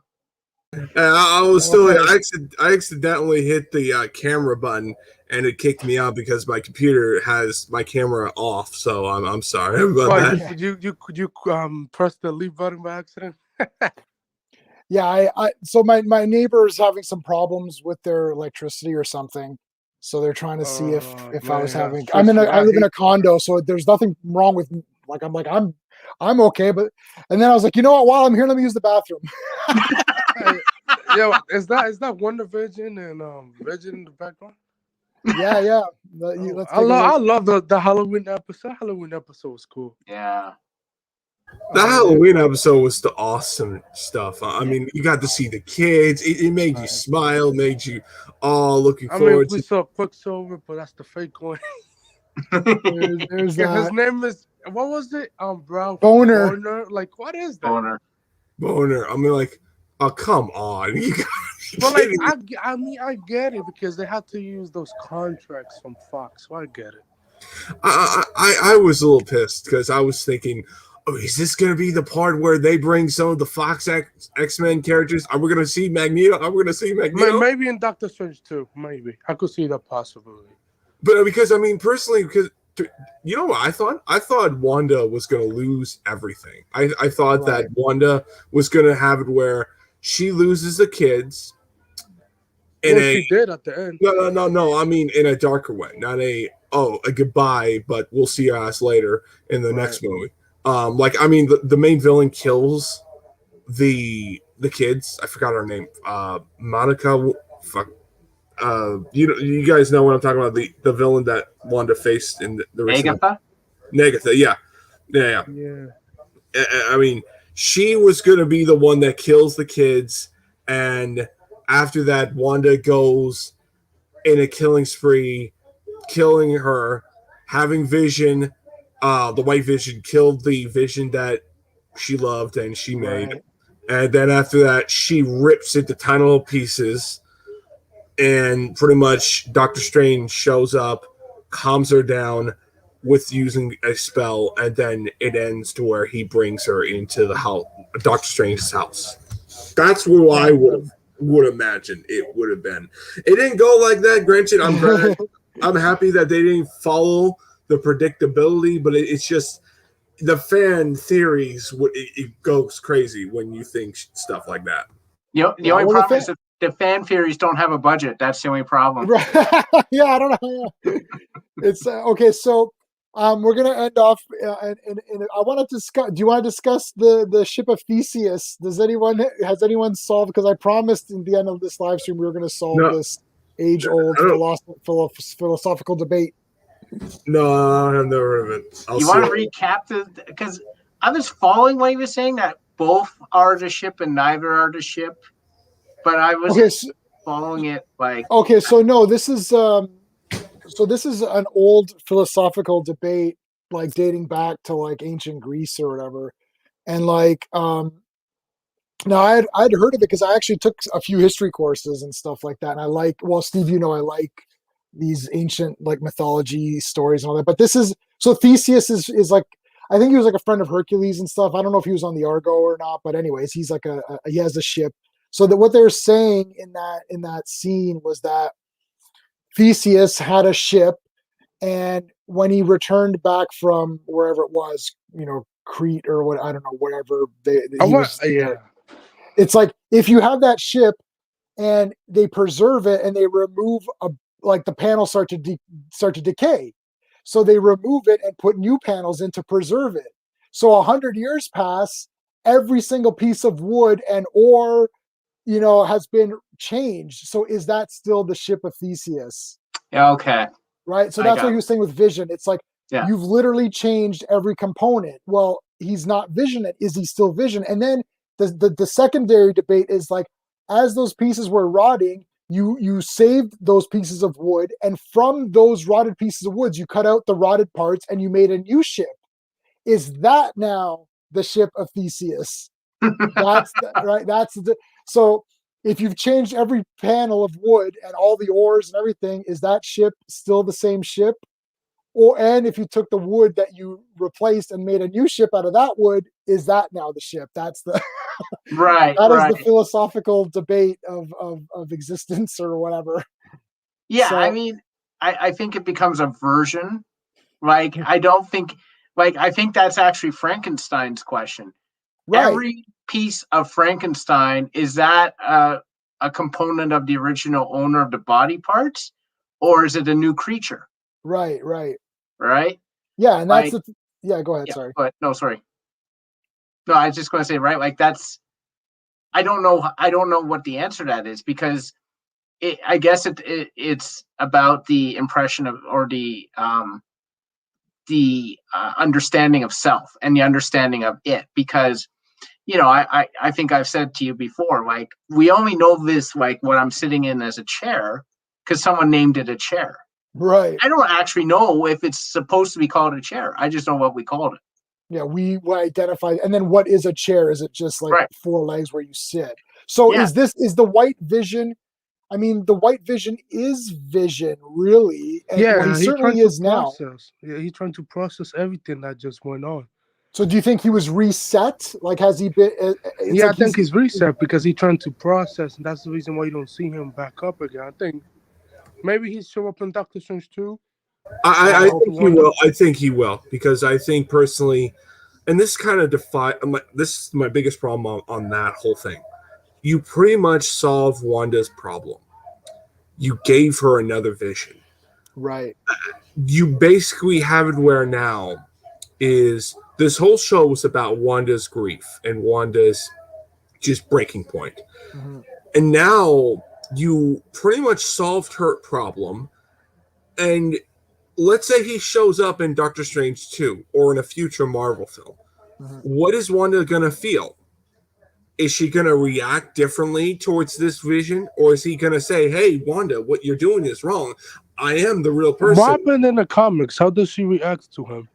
He's weird in the comics. So I'm rereading those. Like, literally, these are my childhood comics, and they're in pretty rough condition. It's a very drastic difference. Yeah, he's not. It's like his humanity he's literally colorless. And the way they did this was great, because all of his humanity is represented almost in the colors. Like, he was very bright and red and green and yellow and, really bright looking and nice. And now it's like he's been stripped of all that. He's just like, hi, I'm the Vision. But it's like, well, it's like, hey, honey. And she's hugging him and kissing him. And it's like, I don't care. To better terms, when he got revived, and this is the breaking point. I was really pissed at Marvel when they did this. But they had it where he basically got destroyed, and they rebuilt him, and he became a different character. In the comics, his mind is the same mind of Wonder Man. Yeah, which is Wanda's second love. I thought it was the Grim Reaper. No. Grim Reaper is Wonder Man's brother, who doesn't like Vision because he feels it's an abomination of his brother. He doesn't like Ultron either for creating that abomination. I have a Wonder Man tattoo as well. I love Wonder Man. He's great. But I mean, I'm wondering when he's going to come.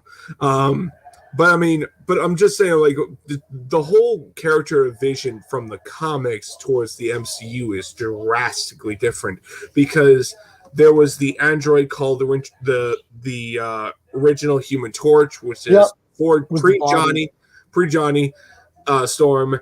And Ultron altered the body, and you eventually see that in the Avengers comics, where Vision finds out who he really is, and great stuff, great books.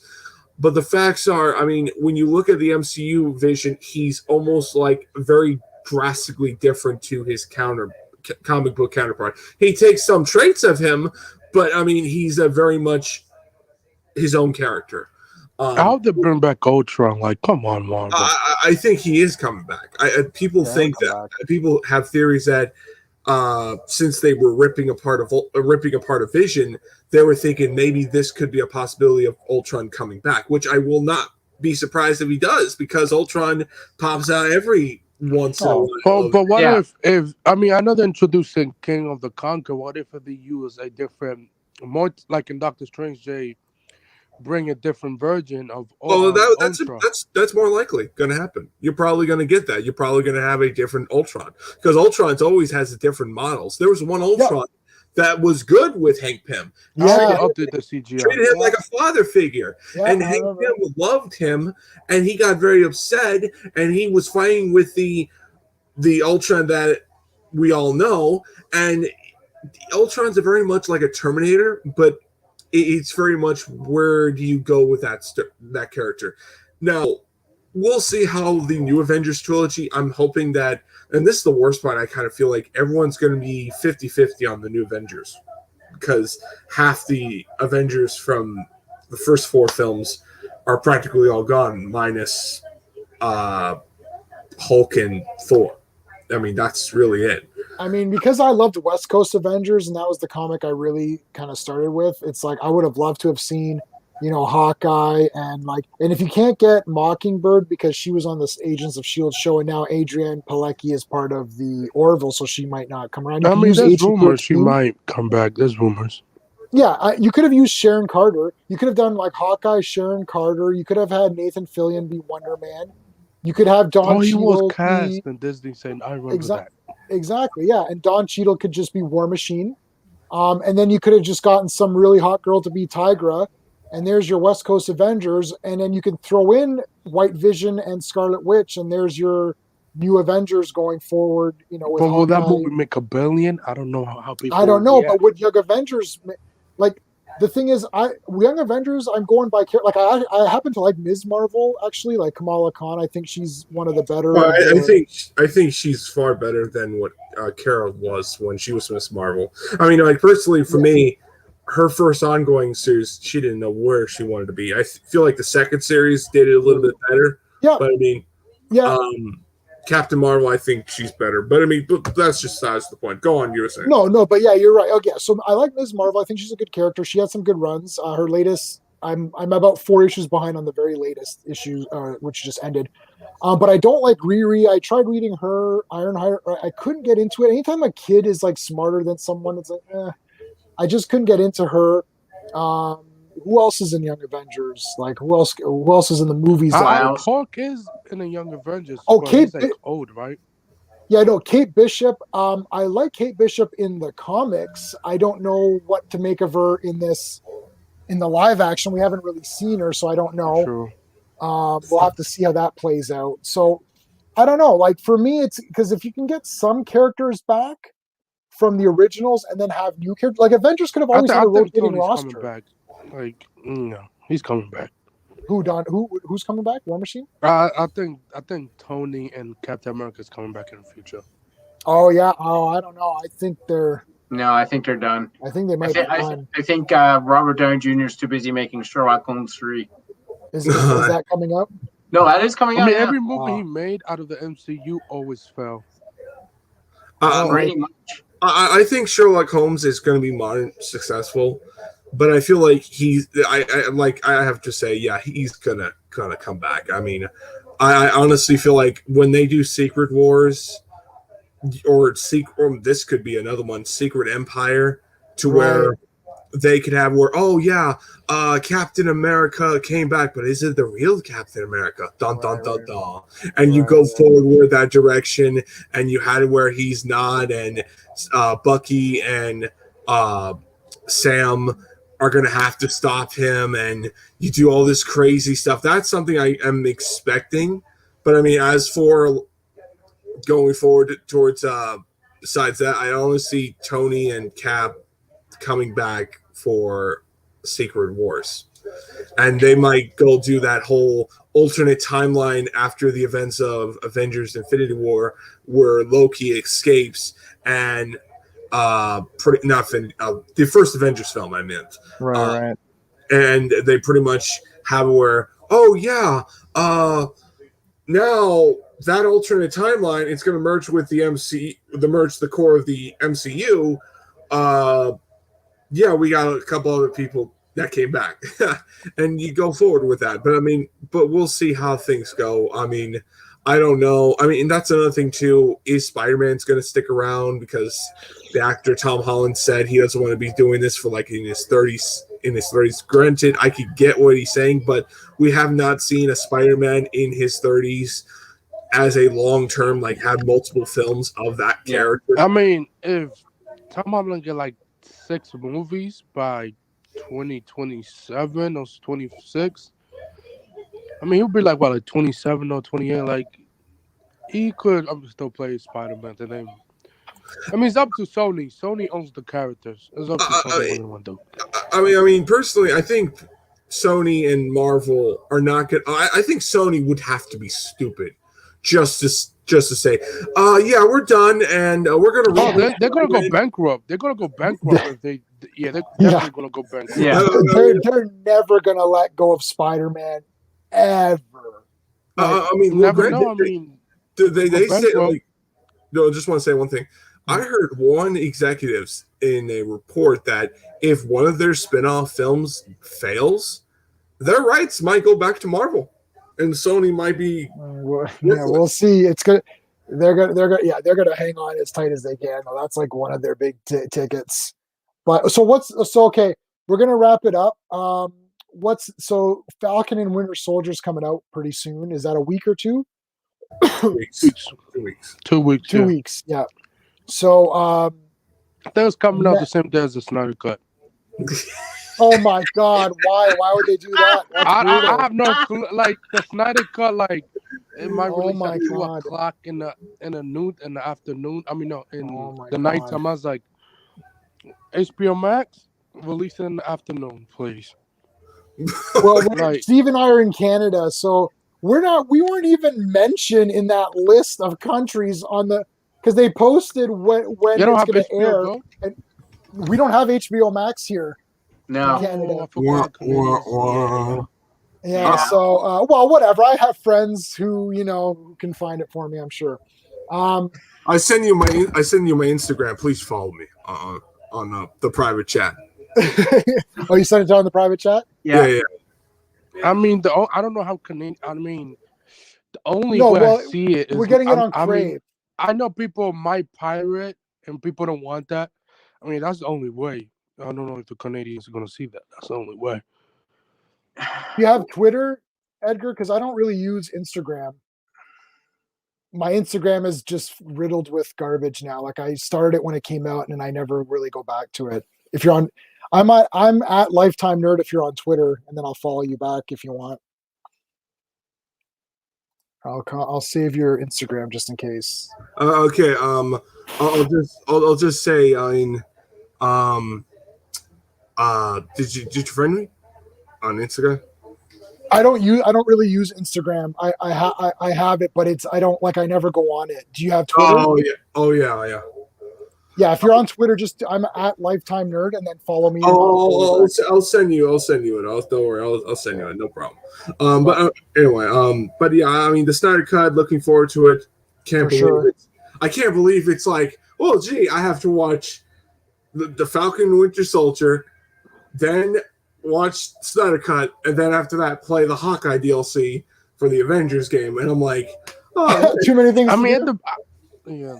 I hope HBO Max changed that day at like 2 o'clock at nighttime. Really?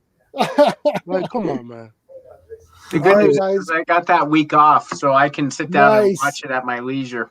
I'll watch it for sure. All right, guys. I put Edgar's information in the link so you can subscribe to his channel, and Steve, I put your website as well. Thank you. So Edgar, you want to just quickly give a breakdown of what you do, and then we'll go to Steve? Yeah, I do comic reviews. I do rants if I really feel like it, but also I do. You should do one on Captain Marvel. I'm sorry. I do like that movie. Yeah, I'm okay with it. I mean, there's a few I could rant, but I mean, but I'm just saying, I do rants, I do comic reviews, I do a lot of stuff. If you liked on my, if you like my channel on video games, comic books, stuff like that, and TV show reviews and anime reviews, welcome. And I'll see you guys later. All right, cool, man. Take care. All right, Steve. All right. Let everybody I'm a know. writer, novelist. I've written 3 novels. They're all fiction, thrillers, and the last one's a comedy, drama-ish, more comedy. It's set in an office, sort of based on real life experiences. If you want to sit down and just laugh your ass off at how ridiculous the world is, it's your type of book. So check out my website, and also I write for the Action Elite and the Movie Elite. Do movie reviews. Right now I'm doing a Legends of Comedy retrospective on some Legends of Comedy and movies. So check it out if you're interested. All right, cool. Okay, guys. So Steve and Sean and I will be back in the Danger Room on Friday, 6 p.m. We're going to discuss something. I'll come up with some kind of nerdy topic to talk about. Maybe we can do some of our best and worst live where we don't have a time limit, right? Because we're always limited to the time. So maybe we could do something like that, and we'll kind of pick. We could even do DCEU, best and worst of the DCEU. I'm scared to do it because I might lose a lot of subscribers once they hear like what my best ones and worst ones are. They're going to be like, "You suck, buddy." Well, I mean, Sean's just going to rant for 30. We got to give him 50 minutes where you and I just go off camera and just let him rant. Oh, literally, I'm going to start the live stream and just let Sean talk, and then I'll just come in an hour later and just poke my head in and see if it's still going. But and then after that, Falcon and Winter Soldier, we're gonna go through that. And this Sunday, I'm going to be doing a live stream. I've got 3 X-Men fans lined up that want to chat with me. And again, this is just going to be X-Men fans. So if anybody out there is a fan of the X-Men or mutants or whatever, let me know in the comments of one of my videos or on Twitter at Lifetime Nerd, anything like that. And everything's cool. We'll set something up and we could talk. Anthony's just saying bye. All right, cool, man. Take care, Anthony. Take care. Yeah, so that's going to be every Sunday at 6 p.m. Eastern. And yeah, that is it. Okay, guys, thanks so much for watching, and we will see you next time.